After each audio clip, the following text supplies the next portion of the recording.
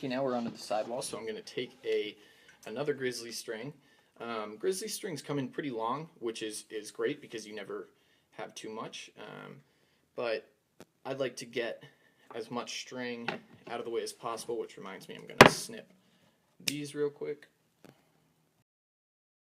So I'm going to take my grizzly string and I'm going to cut off about a solid foot or 18 inches of this. It's going to leave me with a piece of string about, I'd say probably 4 feet long, which is still going to be a little bit extra, you'll see at the end, but if you guys are working from a spool, I'd say 3.5 or 4 foot length. It's going to give you a little bit extra, but it just it gets rid of some of the slack when you're pulling these knots tight, helping you keep it more consistent. We're going to tie our normal starting knot, whatever starting knot that may be. You're going to see we're going to loop it around twice just like we would a field stick, so the starting knot isn't as important. Now I'm going to be starting this loop on the first sidewall hole. I'm going to be coming up through the first 8 diamond row. So it's this very obvious diamond right here, and if you count across from the other side, 1, 2, 3, 4, 5, 6, 7, 8. I'm going to be going up that 8 diamond row, and we're just kind of looping this like we would a field stick. So I'm going up through it once, up through it twice to get that first loop, and now I'm going to go up through it one more time so I can get that nice stable third or second loop.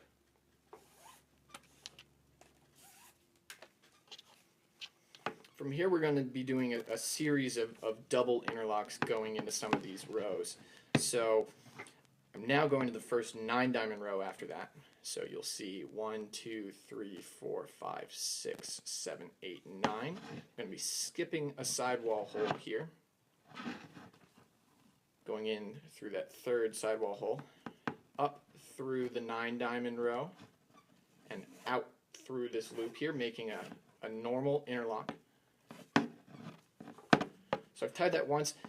A lot of times when I'm just doing things quickly, I'll just do the first interlock. We've never had any issues strength-wise with a single interlock, but the double interlock looks a little bit better, and it also kind of gives goalies a bit of assurance, thinking that their product's a little bit sturdier. So I'm going to go up through, I'm going to tie just another consecutive interlock. It's not a full hitch, just another interlock. So I've got this double interlock here. I'm going to do the same thing through this first 10 diamond row here. So 1, 2, 3, 4, 5, 6, 7, 8, 9, 10. I'm going to do another double interlock.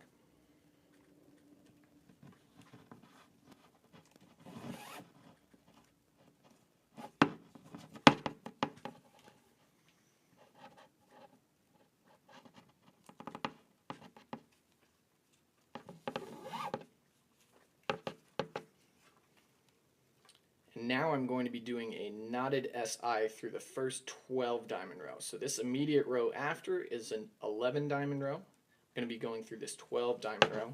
If you don't know how to do a knotted SI, make sure you check out one of our tutorials playlist. So I'm going to be going down through this mesh diamond from the outside in on the sidewall, around to the left side of that string. Now I'm going to be going down to the right and out through the left, tying this simple overhand knot you can see right there. And now I'm going to be going right up through that diamond. From here I'm going to go a 1 into a knotted SI. So I'm going down through that next mesh diamond row, down through another mesh diamond row from the outside in of the sidewall, tying my overhand knot.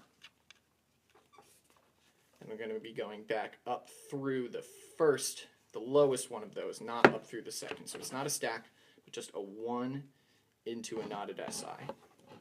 And now I'm going to be tying a knotted SI on this next one. So I'm not doing another 1 into a knotted SI. I'm going straight into one more knotted SI.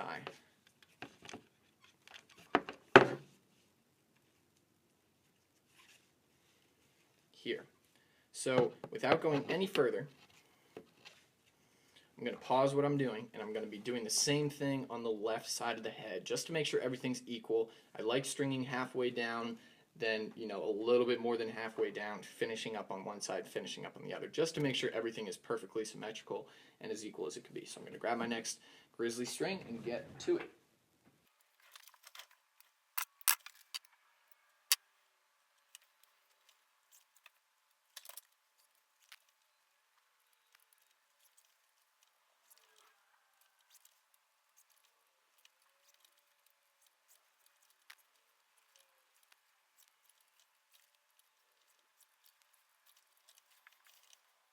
Alright, so now I've caught up on the right side, and I'm going to keep on going on the right side for the next part of the tutorial. So I've done my one into a knotted SI, another knotted SI, which is exactly where we were on the other side. Now I'm going to do another one into a knotted SI.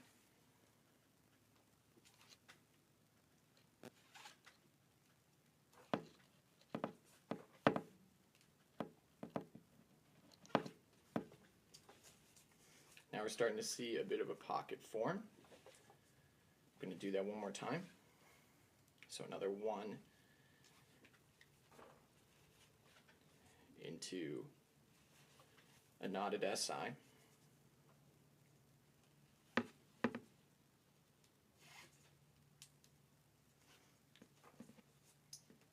So now that we've gotten lower into the pocket, and I'm starting to try to push out the pocket a little bit to understand what the dynamics are going to be, I'm going to switch back to the other side once again, catch up real quick.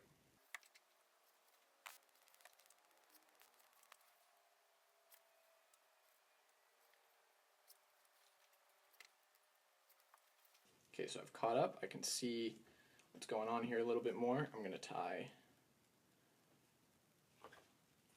Do I want to tie a 2 here? Yeah, so I'm going to do a 2.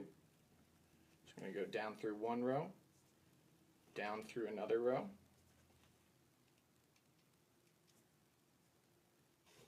tie that overhand knot like I normally would. So I've just done a 2. I'm going to finish up with a 1. So this one is going to be going out this throat hole here, and where I'm going to go from there, so I'm going down, I'm pulling it tight, I'm going to go out the first of the holes on the throat, on the brace of the throat.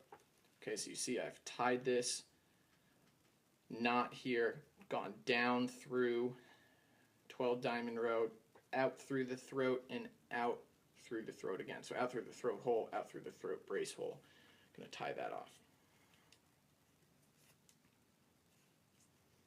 After I tie it off, I'm going to copy that on the, copy that on the other side.